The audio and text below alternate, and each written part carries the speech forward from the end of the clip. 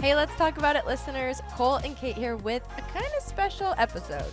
Very special episode. Very Not kind special. of, a for sure special episode. A unique episode. Yes, unique, which is saying a lot for a podcast about sex that Caitlin and I tend to talk about a lot of things on.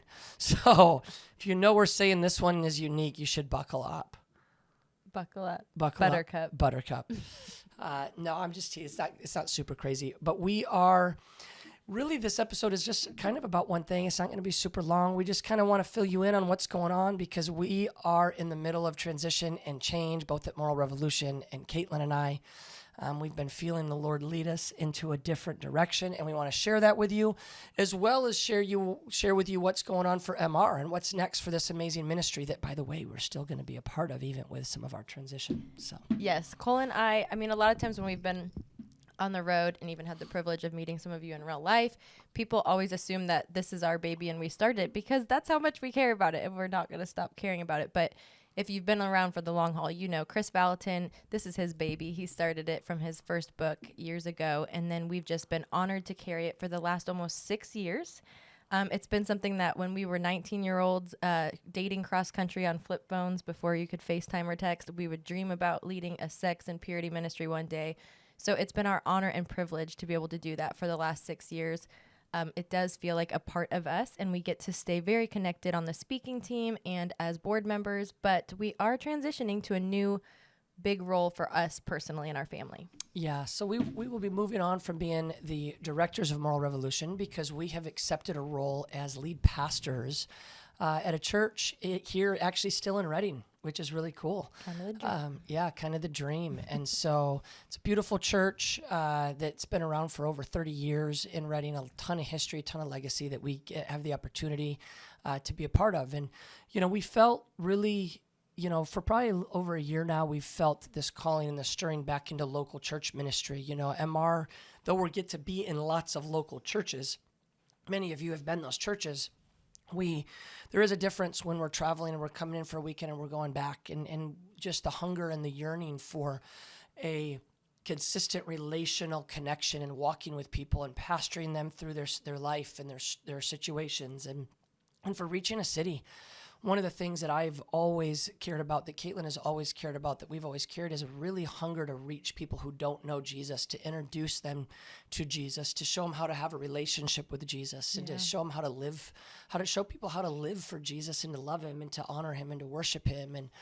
And so it, a little over a year ago, the stirring started to happen and the calling started to happen, and just kind of that rekindle of local church ministry became unquenchable.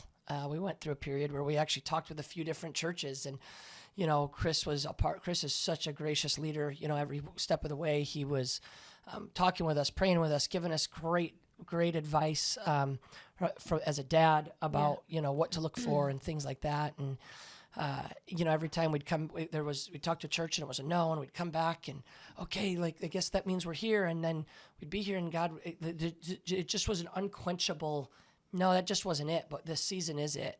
We're moving, we need to be moving into this season of pastoring and leading. And so after, that process, talking to a number of different great places, amazing churches that just weren't God's yes, but are anointed in amazing places. We really the most unsuspecting, unlikely situation here in Redding, and just felt a yes from the Lord, and then he confirmed it a number of different ways, made it really evident and really clear, which we're not going to get too much into that right now. But we definitely know that we are on the path and the place that God wants us to be. We feel like we're called to reach the city of Redding and reach people that don't know Jesus and introduce them to him, and be a house of salvation. And so we're excited about that. We're also excited about MR. As Cait mentioned, Caitlin's actually going to move from executive director to the board and be a board member. We're going to both remain on the speaking team. We obviously won't be speaking nearly as much for MR as we were, but our intent is to stay very involved. We want to carry this message forever. Yep. This is a message that we don't, it does feel like ours. Yes, Chris started it, but it is our message as well, and have no no desires to go start our own purity ministry. That's not even on the table. The table is, hey, how do we stay deeply connected? I told Chris we want to be uncomfortably close, and that's our intent, and that's what we'll continue to do and support MR financially, with time, with our gifts, our resources, all of the things that we've already been supporting MR with. We'll continue to do that. If anything, I imagine that we will be bugging them with more ideas, because I'm sure, just as you guys know, those who are pastors, or if you're just leading in your local community, you're like, we need more of this, we need more of that. So we plan on implementing Parent Well and Date Well and all of the different resources and tools that have been created over our time here into the local church expression, and seeing how that fruit will remain inside of a congregation. So we're really excited to further the message in our local experience, but then also get to still stay connected. Yeah. So with MR, we want to let you know where we're at. We're working with Chris and the team and Abram on identifying who God is calling to be the next director. We don't have somebody yet. That person hasn't been chosen. The plan is not to rush that. We want to make sure with a role like this that's so critical, that's so culturally relevant right now, that has so many high stakes to it. This is a high-stakes ministry and role and position. It's really important that we allow the Holy Spirit time to just to confirm and to make sure it's the right place and the right time and the right person. So in the meantime, things are going to continue to go on. The great thing about Moral Revolution is not everybody knows this that's on that side of the camera, but really this place operates because of Abram Goff, and he ain't going anywhere. And Rebecca, and so many of the team that lead the different translation teams and the different portions of the ministry, and the volunteers that do the graphics. There's a pretty massive team that helps lead this. And to be honest, Abram and Rebecca have been doing a lot of the one-on-one with them, a lot of the face-to-face with that team. And so you likely won't see much difference as far as what you're seeing on social media right now. You're not going to see a ton of difference as far as the ministry output and the things that we're doing. The ministry is so strong, as strong as it's ever been. God has blessed Moral Revolution in these last 6 years. He's blessed it the entire time that it's been in existence, and that is continuing to be the truth. It's going to be a beautiful season, and thankfully there's a great team that's in place that's going to help continue things as we search, and we're actively searching. And we're working with Chris and the board, and it's not something that is going to be. I would say that we're urgently looking, but we're not hastily looking. Yeah. Our goal isn't to make a hasteful decision as an organization. It is to make a urgent decision, but that's done with discernment and intentionality. And what probably every single person listening has experienced transition at some point in their lives. And we know that the beauty of it, even though it can be really uncomfortable, I think I referred to ours as this crazy roller coaster ride of, okay, Lord, what are you doing? It ultimately leads us to just trust in Jesus in a whole new way. I remember when he showed me this acronym, when it was totally rely upon sovereign timing. So we're doing that. We've done that with our own personal lives. We're doing that for Moral Revolution.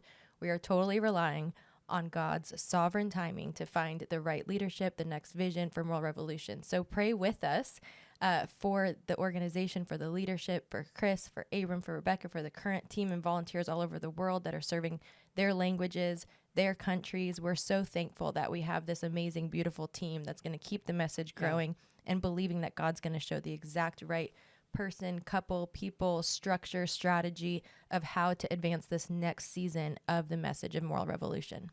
So the one thing I would ask for you during this transition is that you would consider making a financial gift to Moral Revolution. Just because we're transitioning out, this message is more important than it's ever been. What the earth needs and what the world needs in this area has never been more clear, which is biblical truth and clarity on sexuality. Moral Revolution isn't going anywhere. It's only going to continue to get stronger. Our goal was to build on the foundation that Havilah laid, whose goal was to build on the foundation that Shelley laid, that Chris started. It's really cool when we look back and we see every single director has played a very specific role in Moral Revolution that was required and necessary for the growth. We don't know who's coming next, but I do know this. God will bring the person that's the exact person needed to replace Caitlin and I to take Moral Revolution to the next step in the next place. So what I would ask you to do is in trust of the Lord, trusting that this is God's ministry, that it's continuing to declare that truth, would you consider right now in this season doing what just doesn't happen? People just in transition seasons like this don't tend to give to ministries until they see what's next. I would ask you to sow a seed of faith that this message is so necessary that now is the time to sow into it. Make that statement. I would ask you if you've been at all thankful or grateful for anything that Caitlin and I have done or shared or a resource that we've been a part of, I would ask that the thank you gift you would give to us would be to honor Moral Revolution in this way, to continue to sow into the future of what God needs to say on the earth about sexuality and his design for it. Thank you guys for your support. Thank you for your partnership of MR. Thank you for engaging in the content and sewing into MR and for being a part of what we do the way that you have. It's so powerful and encouraging to see so many people engage this message of God's design for sexuality. It really, in the world that we're in, the fact that there's hundreds of thousands across the world that engage with Moral Revolution on a monthly basis encourages me that all is not lost. Yeah. And so I just want to personally thank you for your investment, your engagement, your partnership, not just over these last 6 years, but over these last 15 years as Moral Revolution has continued to be a powerful ministry that reaches people and declares truth. So thank you for partnering with us in prayer, and honestly just thanksgiving to God for what he's done and what he is doing for Moral Revolution.